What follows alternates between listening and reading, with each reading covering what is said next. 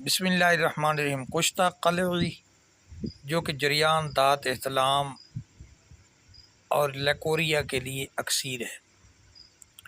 5 تلہ اٹکلی لے لیں اور اسے تیل کے ساتھ مصفہ کر لیں۔ جب صاف ہو جائے باریک باریک پترے بنا لیں۔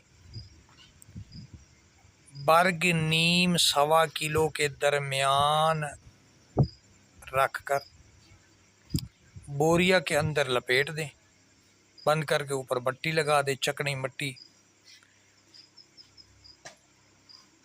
اور خشک ہونے تک دھوپ میں رکھیں۔ جب اچھی طرح خشک ہو جائے 20 کلو اپلوں کے درمیان ہوا سے بچا کر آنچ دے دیں۔ سرد ہونے پر کپڑے سے چھانیں، جو سفید پاؤڈر ہے وہ الگ ہو جائے گا۔ اگر کچھ خام رہ جائے تو دوبارہ اسی طرح مذکورہ طریقہ سے آنچ دے دیں۔ دوبارہ الحمدللہ جو ذرے باقی تھے وہ بھی پھول جائیں گے۔ کپڑے سے چھان لیں۔ باریک پیسنے کے بعد شیشی میں محفوظ رکھیں۔ 4 چاول سے 1 رتی تک اسے لے سکتے ہیں۔ صبح نہار مکھن سے لیں، بالائی کے اندر لیں۔ دودھ کو گرم کرنے کے بعد جب سرد ہو جائے، ٹھنڈا ہو جائے، دودھ کے 1 کپ سے لیں۔ کسی معجون کے اندر خمیرہ گوزبان، خمیرہ مروارید کے اندر ڈال کے لیں۔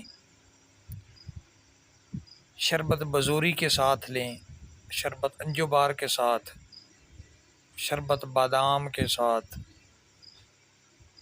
یا سندل کے ساتھ لیں۔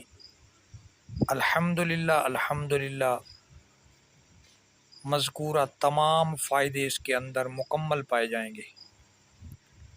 چینل کا وزٹ کریں، سبسکرائب کرنا مت بھولیں۔ حدیث نسخے دیکھیں، سیکھیں، فوائد حاصل کریں اور اپنی دنیا آخرت سنواریں۔ نماز کی پابندی کریں۔ نماز ایک ایسا فریضہ ہے جو کہ الحمدللہ ہر مسلمان کے لیے ایک انتہائی لازمی اور ضروری فریضہ ہے، فرض عین ہے، جو کہ ہر مقام پر سوال پوچھا جائے گا تو نماز کا سب سے پہلے سوال سر فہرست ہوگا۔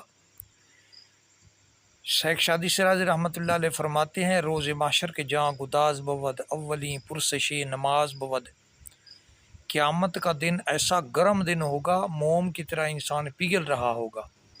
آپ فرماتے ہیں سب سے پہلا سوال نماز کا ہوگا۔ تو ہمیں چاہیے نماز کی پابندی کریں۔ قرآن پاک فرماتا ہے ان الصلاۃ تنہی عن الفحشاء والمنکر۔ نماز انسان کو بے حیائی اور برائی سے روکتی ہے۔ تو اللہ کریم عز و جل سے دعا ہے کہ ہم ایسی نماز پڑھیں جو ہمیں برائی اور بے حیائی سے دور رکھے۔